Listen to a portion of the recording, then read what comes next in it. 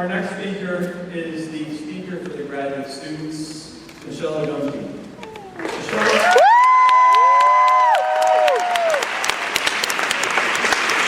Michelle received her undergraduate degree from Wellesley College, where she studied political science and economics.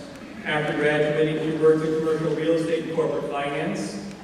She discovered acupuncture while working a very stressful, hectic pace at Goldman Sachs, and decided to leave her career in finance and come to the Pacific College of Oriental Medicine in 2008.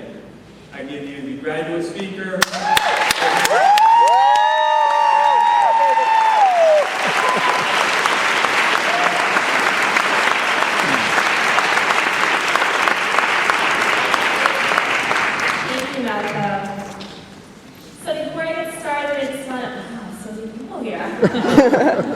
I just want to thank all of our faculty, staff. Thank you for coming. Thank you, family and friends, for coming to bear witness to this moment that's so important for us. So now let me talk to my class of 2012. I don't know if I need to remind you, but maybe I need to remind myself. This is it. Most of us have been waiting 3 years and 8 months for this very moment.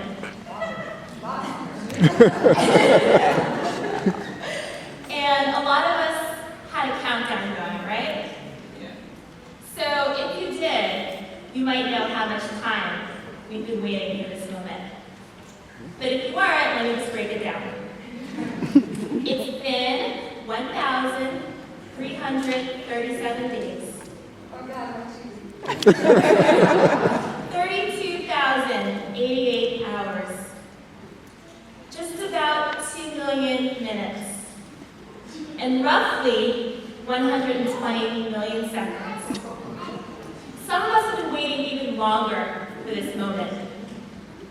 5 years, 6 years, 7 years, even 8 years for the countdown to be over. And it is. We're at 0. So I want to take you on a little journey. So get comfortable. Graduates, if you need to close your eyes, close your eyes. Let's go on a little mental journey. And let's go back in time. Let's go back 120 million seconds. Back to the moment when you first stepped into those doors at Pacific College of Oriental Medicine. Day 1. Do you remember what brought you to Pacific College? Had you been healed by Chinese medicine? And were you determined to share the power of that medicine with the world? Did you come here to heal yourself first? Had you done extensive research, comparing various schools? Or did you just register, not knowing why? Did you just have a feeling? Were you excited about the idea of being an entrepreneur? Were you excited about being able to help others?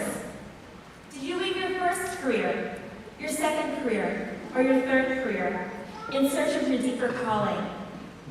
Or were you willing to spend years working full-time and going to school at night and on weekends because you knew so deeply that eventually this career would provide a better, more balanced life for you and your family?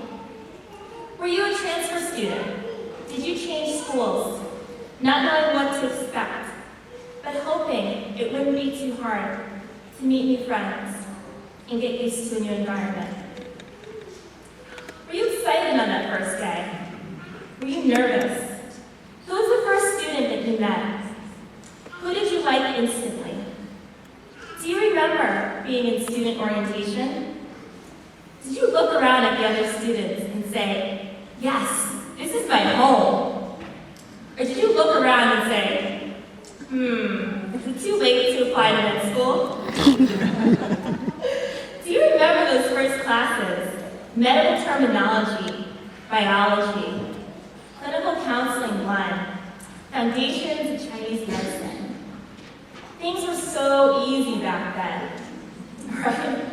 We probably said things like, this stuff is so cool, or this is so easy, I could totally do this, as we took class trips to Chinatown, learned how to make herbal plasters, and listen to our teacher talk about the art of sexual kung fu.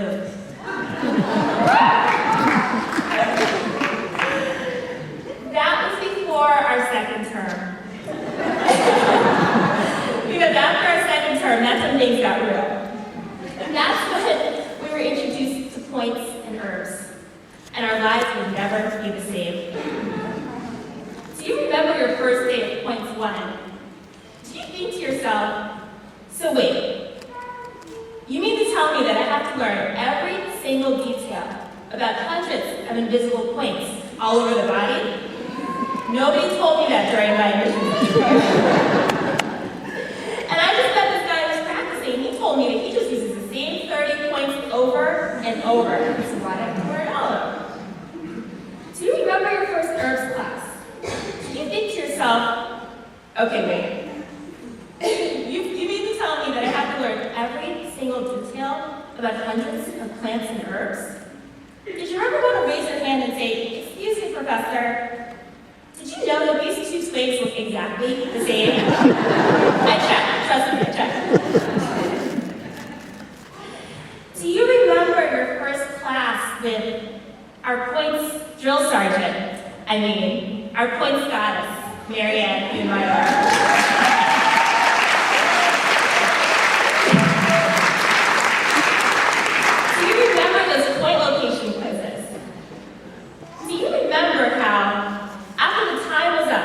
And you had just spent 10 minutes placing 10 dots on your partner's body.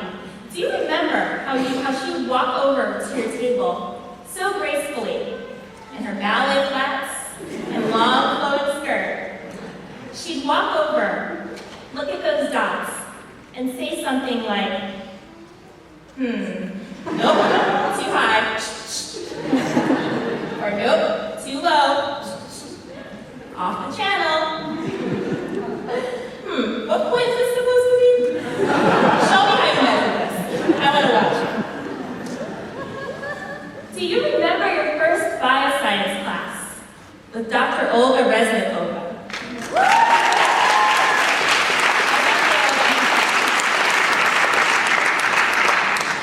Did you sit there on that first day thinking to yourself, didn't I decide I didn't want to go to med school?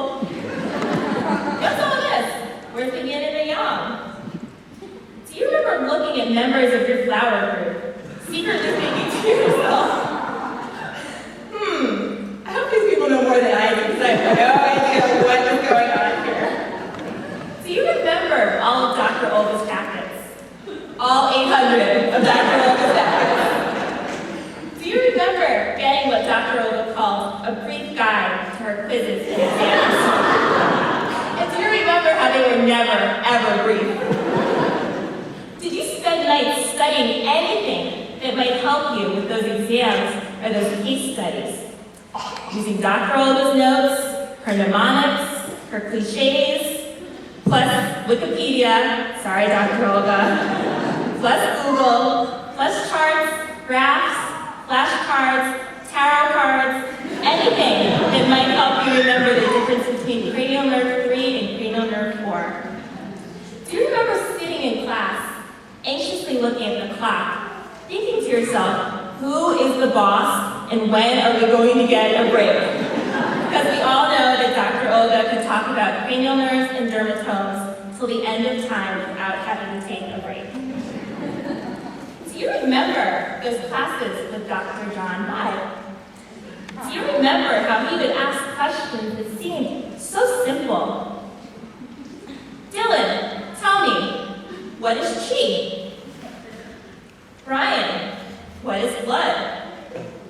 Shannon, tell the class, what are the functions of mahua? Julie, tell me, Julie, is the sky really blue? Is grass green? Ansgar. Ansgar? Ansgar, are you awake? Stand up, Ansgar.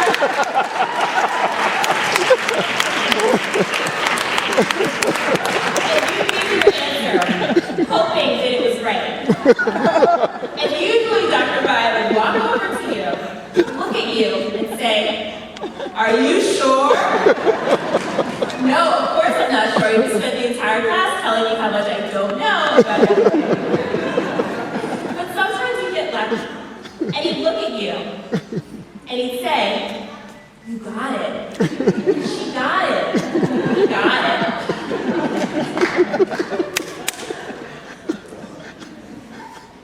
These years at Pacific College contain some of the most important events of our lives. We've fallen in love, gotten married, become parents, and met lifelong friends. We've also had some challenging moments. Many of us questioned if this was all worth it. We've battled illnesses and lost parents, children, siblings, friends, and lovers. If the walls at 915 Broadway could talk, it would remind us of all the laughs, the tears, the secrets, the struggles, and the triumphs that we